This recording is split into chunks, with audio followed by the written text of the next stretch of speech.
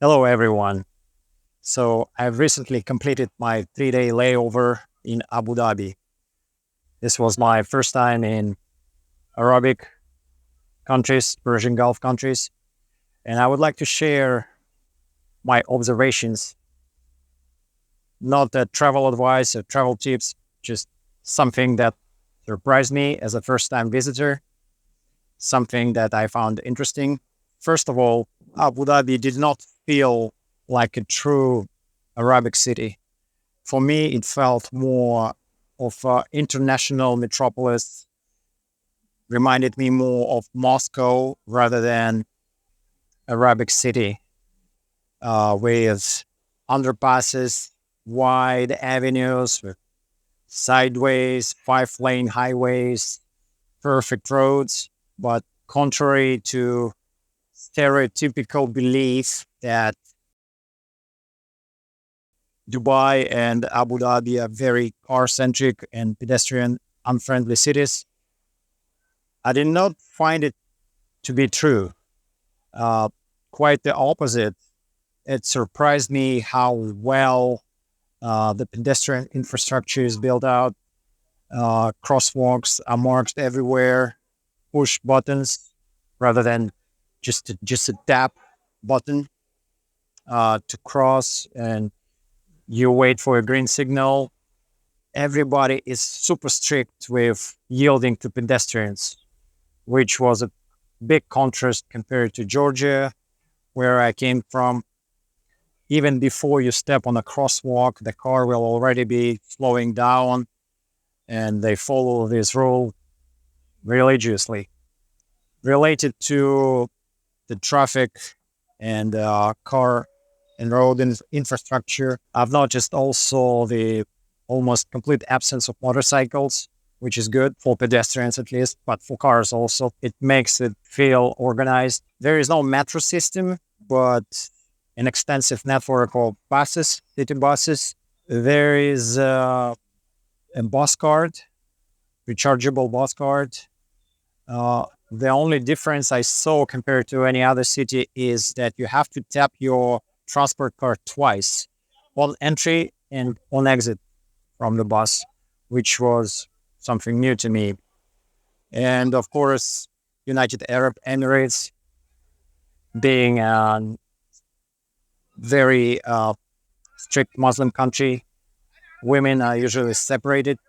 Um, Women are usually sitting in the front of the bus and men sitting in the back half of the bus.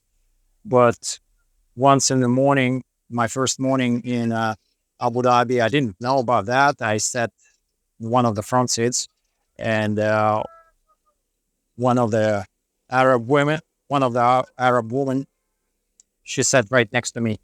I don't know if it's against the rules, but maybe she was a little rebellious. Um, yeah, the ticket bus fare is like two dirhams up to 5 dirhams. Mm, and the penalty is 200 dirhams for riding without a ticket.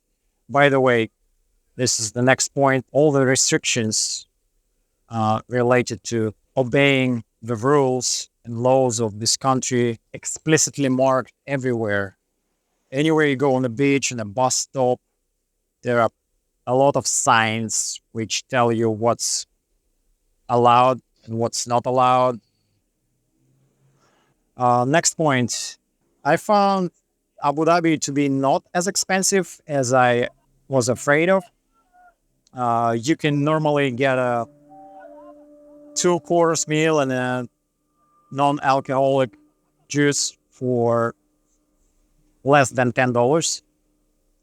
Um, so it's not prohibitively expensive. The only expensive place I've been to was on the top of Etihad Tower. I believe it's a Hilton hotel.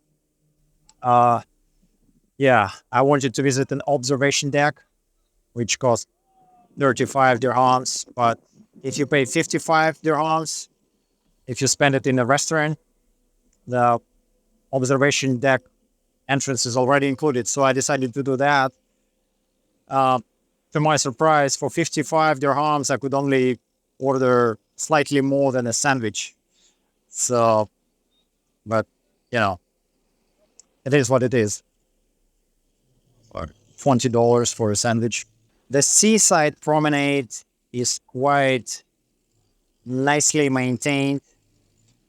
It feels like there are 10 people watering every tree and grass lawn, repaving the concrete bricks. There are several companies to rent e-scooters or bikes, which I did. I rented a bicycle.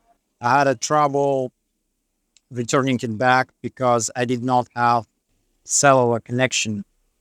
So I was charged extra. Yeah, I decided not to buy a SIM card on arrival in the airport because it seemed to me prohibitively expensive, like $50 or more for a week of internet connection.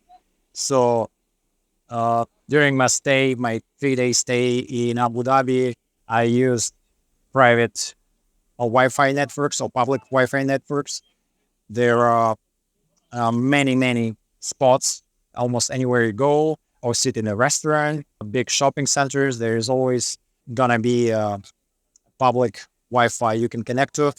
Another thing that surprised me is high number of immigrants. Like anywhere I went, I saw like 9 immigrants on against one Arab, one native.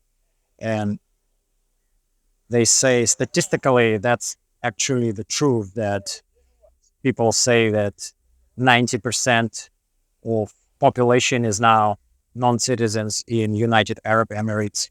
English is spoken almost everywhere, especially the natives. They all speak very good English, which is a good thing, which makes it the city even more international.